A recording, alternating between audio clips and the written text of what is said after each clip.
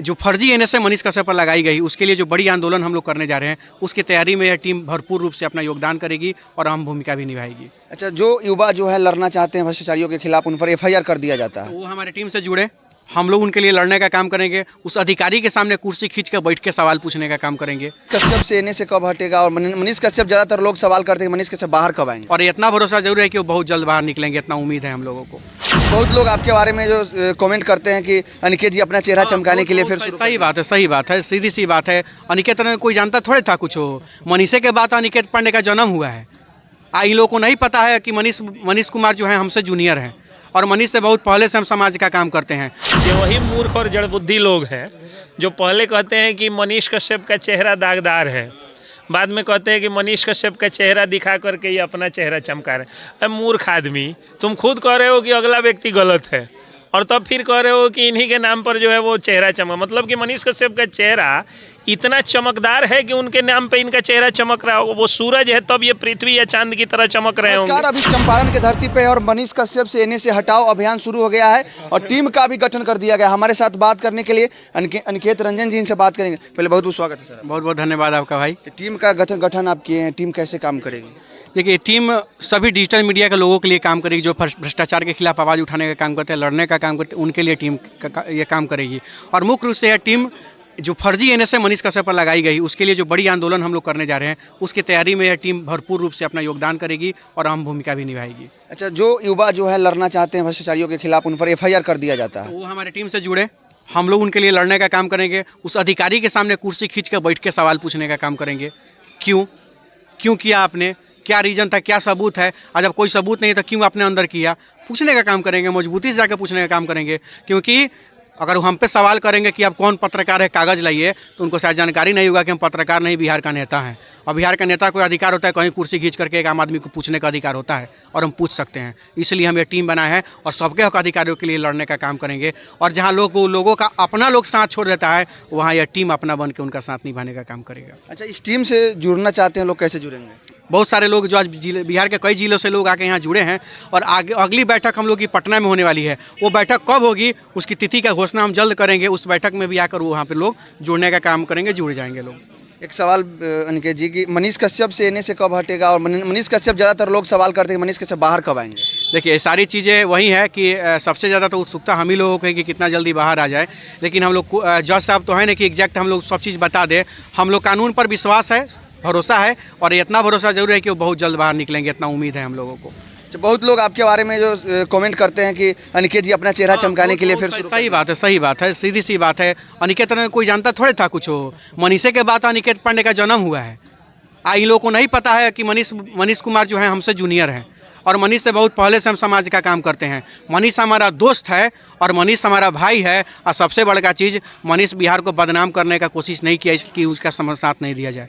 वो बिहार को ब्रांड बनाने की बात करता है, उसका साथ दिया जाता है। और रही बात इसके लिए, जिसको जो समझना समझे, उससे घंटा हम लोगों को कोई फ़र्क नहीं पड़ता है।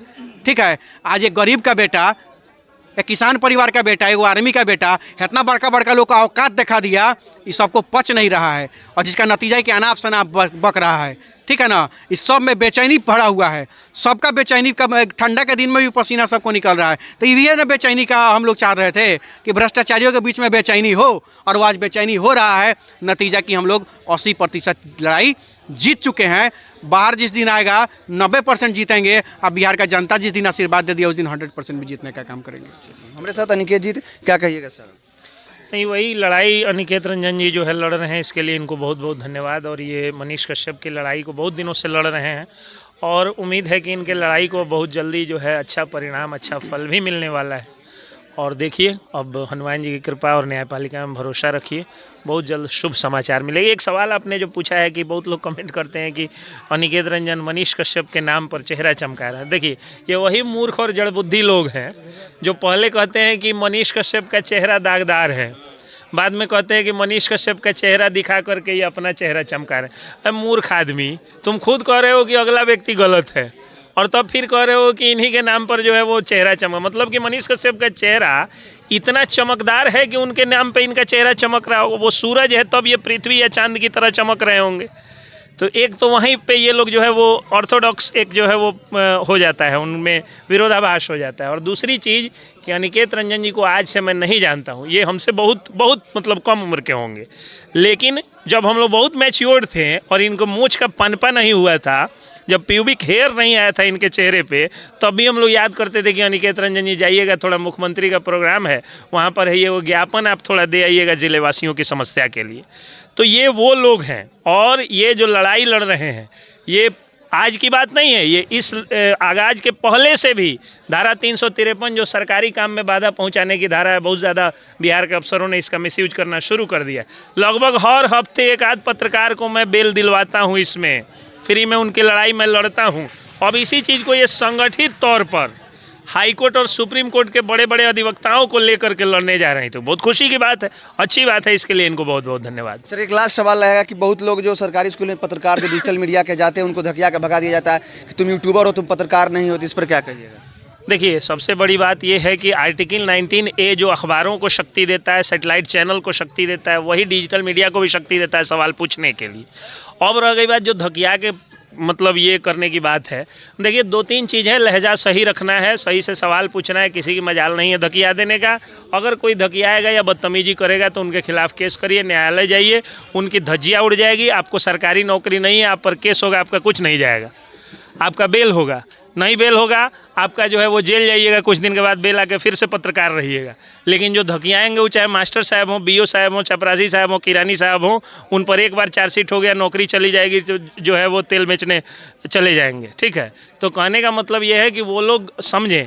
और दूसरी बात कि आप पत्रकार हैं, यूट्यूबर जो कहता है ना, देखिए ना कितना मूर्ख लोग है, फेसबुक पर न्यूज दिखेगा कहेगा कि यूट्यूबर है।